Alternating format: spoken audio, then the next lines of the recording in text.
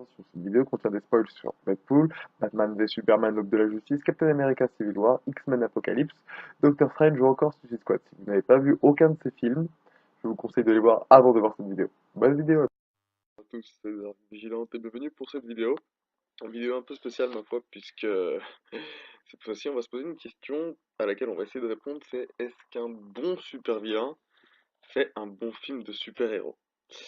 Déjà pour répondre à cette question, on va tenter de se baser sur les films sortis cette année, donc qui sont Deadpool, Batman, Superman, Captain America Civil War, X-Men Apocalypse et Doctor Strange, et la Suicide Squad. Moi j'ai que Deadpool, Batman, Captain, X-Men et Suicide Squad parce que Strange n'est pas encore sorti.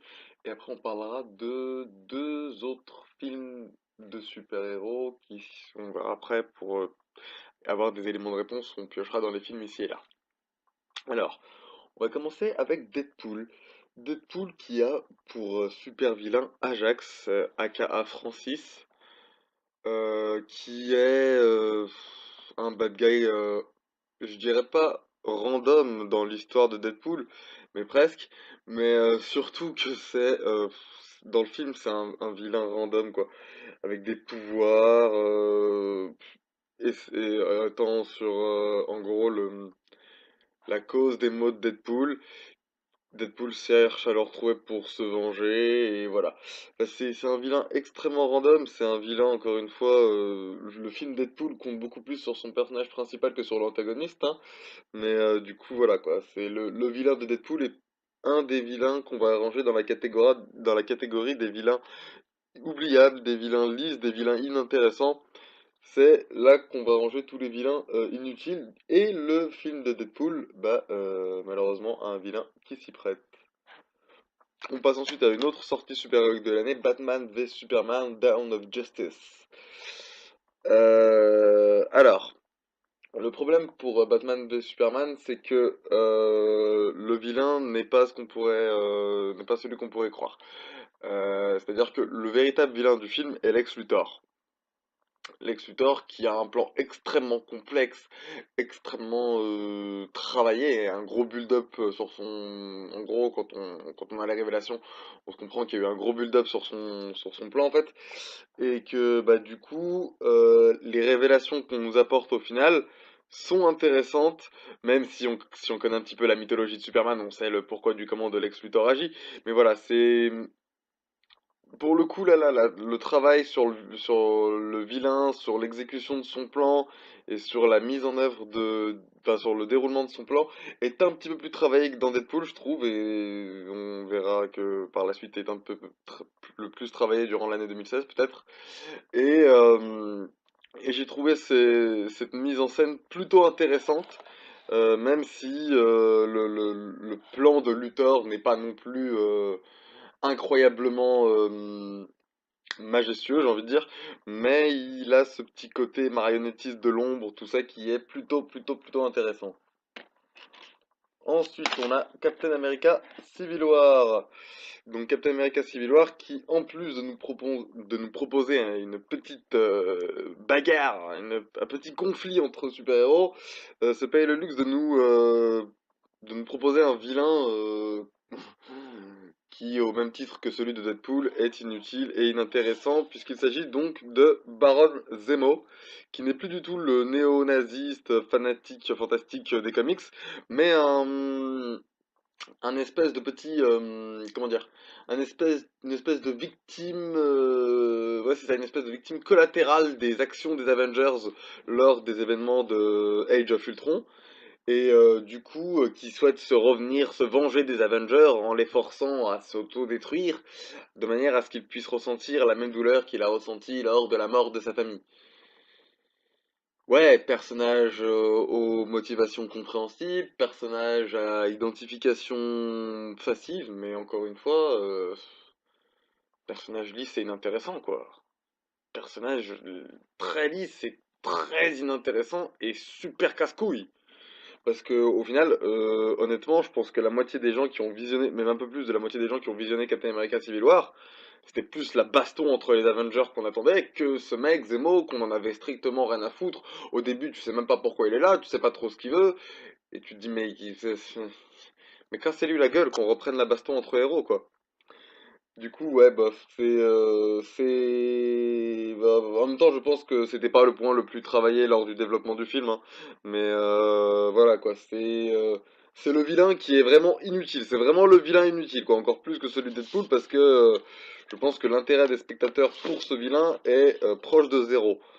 Après, je pense que ce n'est pas le point le plus intéressant du film à développer, d'où l'intérêt du vilain.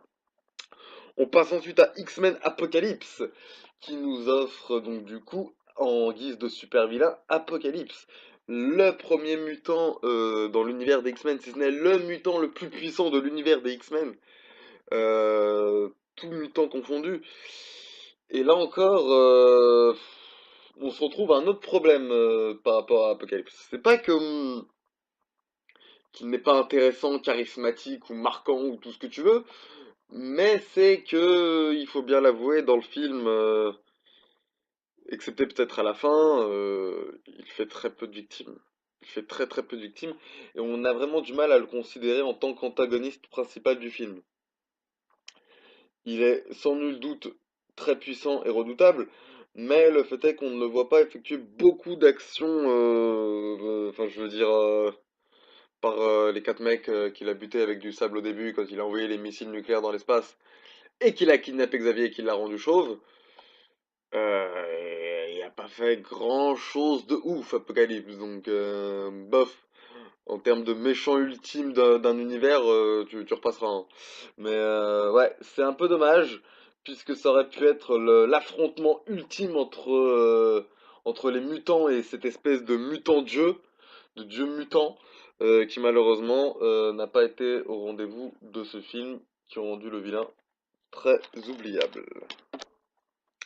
Et pour ce qui est de la Suicide Squad, alors là c'est magique la Suicide Squad, parce que la Suicide Squad du coup c'est un vilain qui à la base, en gros le film, comme on l'a beaucoup répété, le film a créé son propre vilain, et en gros il n'y aurait pas eu de film, il n'y aurait pas eu de vilain.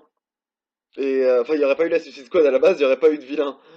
Et c'est là que c'est un problème, parce que du coup le film essaye de recoller ça de manière logique et intéressante. Mais je veux dire, putain, l'Enchantresse, quoi. Qu'est-ce qu'on en a à foutre de ce méchant de merde?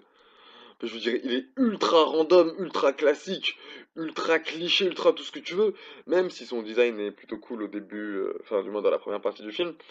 Euh, c'est un méchant hyper classique. Je vais me venger des êtres humains et détruire l'humanité parce que je suis méchant. Bouh! C'est nul. C'est Putain, c'est ultra classique, c'est ultra chiant, c'est ultra cliché, c'est ultra répétitif. C'est bien simple. Enfin, après, voilà quoi. Avec tous les défauts qui sont inhérents à la Suicide Squad, le méchant n'est clairement pas un des intérêts du film. Qui, de toute façon, on l'a très bien vu, hein, les seuls intérêts du film sont Harley Quinn, Will Smith et Amanda Waller. Amanda Waller parce que et donc l'extended cut comme on peut le voir, hein, c'est l'extended cut qui, contrairement à ce qu'on pourrait le croire, ne rajoute pas beaucoup plus de, allez, à tout péter, il y a, allez, 15 minutes de film en plus, et c'est 15 minutes sur des flashbacks d'Harley Quinn ou des trucs comme ça, hein, c'est pas des trucs de ouf quoi. Donc ouais, non, là aussi méchant, décevant. Et le dernier film à être sorti au cours de l'année 2016, c'était Doctor Strange. Doctor Strange, lui, nous propose deux méchants qui sont déjà premièrement Maître Caselus, un ancien magicien formé par l'ancien passé du côté obscur de la force magique, et Dormammu qui est la personnification du mal dans la dimension noire, et qui essaye d'engloutir l'humanité dans sa dimension noire, tout ça, tout ce que tu veux, etc. Ouais. Là aussi, là on est face à ce que s'appelle le symptôme du double maléfique. C'est-à-dire que où ça marche, ou c'est chiant. Et dans le cas de Doctor Strange, ça marche, mais on a beaucoup ce sentiment de déjà-vu et ce syndrome. Beaucoup de gens ont comparé Doctor Strange à Iron Man 1, et c'est pas pour rien. Je veux dire, déjà, les personnages principaux se ressemblent vachement, et leurs antagonistes se ressemblent aussi également. D'ailleurs, vu qu'on en est à aborder le point du jumeau maléfique, on va pouvoir se concentrer sur deux films. Du côté de DC, Man of Steel, et du côté Marvel, enfin Marvel Studio, Ant-Man. Alors, Pourquoi j'ai choisi ces deux films? Parce que ils ont tous les deux ce que j'appelle le syndrome jumeau maléfique. Pour ce qui est d'Ant-Man, son jumeau maléfique est Yellow Jacket pour Point Jaune, un industriel véreux qui avait pour but de voler le secret du costume d'Ant-Man afin d'en faire sa propre version et de la vendre à l'armée. Le pourpoint jaune est un vilain oubliable. La plupart des vilains, de toute façon, comme j'allais l'expliquer, la plupart des vilains jumeaux maléfiques Marvel Studios, que ce soit dans Iron Man 1, dans l'Incroyable Hulk, dans Ant-Man, dans Captain America, le premier Avenger, ou bref, dans la majorité des films Marvel Studios où le vilain est le jumeau maléfique, le vilain est inintéressant. Et je ne vous mens pas, le vilain est très random et très classique. Donc, déjà, ce sont tous ces points-là qui me dérangent dans le cas du jumeau maléfique. Et pour ce qui est de Superman, le jumeau maléfique est le général Zod, qui est un kryptonien aux idéaux pas aussi nobles que Superman, puisque lui, tout ce qu'il veut, c'est reconstruire Krypton sur Terre. Et il n'hésite pas à utiliser la force pour ça. Là aussi, c'est très cliché, très bof. Après, vous allez me dire, oui, mais c'est les personnages des comics qui sont comme ça. Oui, mais ça t'empêche pas d'en apporter une certaine originalité. Je sais pas, moi, le mandarin, par exemple, c'est un coup de maître. Ou, mais même en étant classique, je veux dire, t'as deux vilains dans les, allez, sur les 10 dernières années, t'as deux vilains en termes d'adaptation de comics qui ont réussi à se hisser à un niveau incroyable, qui sont le Joker de The Dark Knight et Loki dans le MCU, qui sont considérés comme les meilleurs vilains jamais adaptés en film de super-héros. Pourquoi? Parce que les personnages, bon déjà hors du talent de leurs acteurs qui sont incroyables, les personnages sont écrits de manière intelligente en tant qu'antagonistes miroirs, et ont assez de complexité et leur but et leur comment dirais-je, leur motivation et l'identification à ces personnages est possible. Je veux dire, Loki, c'est le petit frère resté dans l'ombre du grand frère euh, qu'on n'arrête pas de mettre en avant, et lui qui est toujours un petit peu dans l'ombre, mis derrière, reculé, tout ça, etc. Et le Joker, c'est juste un mec qui a pété un câble du jour au lendemain. En termes d'identification, je pense que voilà quoi, c'est pas non plus hyper compliqué. Et au ce qui est de leur motivation, bah pour le Joker, c'est un peu flou, tu sais pas trop pourquoi. Lui-même, il sait pas trop pourquoi il fait ça. Mais justement, ça rend le vilain d'autant plus intéressant. Et pour ce qui est de Loki, c'est juste de la jalousie. Je pense que c'est une motivation que tout le monde peut comprendre. Donc voilà, les points qui font que selon moi, un bon super méchant ne fait pas forcément un bon film, et inversement, un mauvais méchant ne fait pas un mauvais film. Il y a qu'à voir le cas de Deadpool. Deadpool a un méchant, comme je l'ai dit, plutôt random, mais qui marche plutôt bien. Mais du moins, le film marche plutôt bien. Le méchant, je pense que n'est pas significatif d'un bon film ou inversement. Je pense que ce qui fait un bon film, déjà, c'est une question, qu'est-ce qu'un bon film? Mais je pense que ce qui fait un bon méchant, c'est avant tout la manière dont il est écrit et ses motivations et la manière dont le spectateur peut s'identifier à un bon méchant. Voilà. Donc c'est tout pour moi.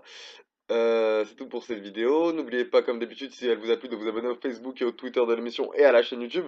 Quant à moi, je vous donne rendez-vous la prochaine fois pour une prochaine vidéo. Salut à tous!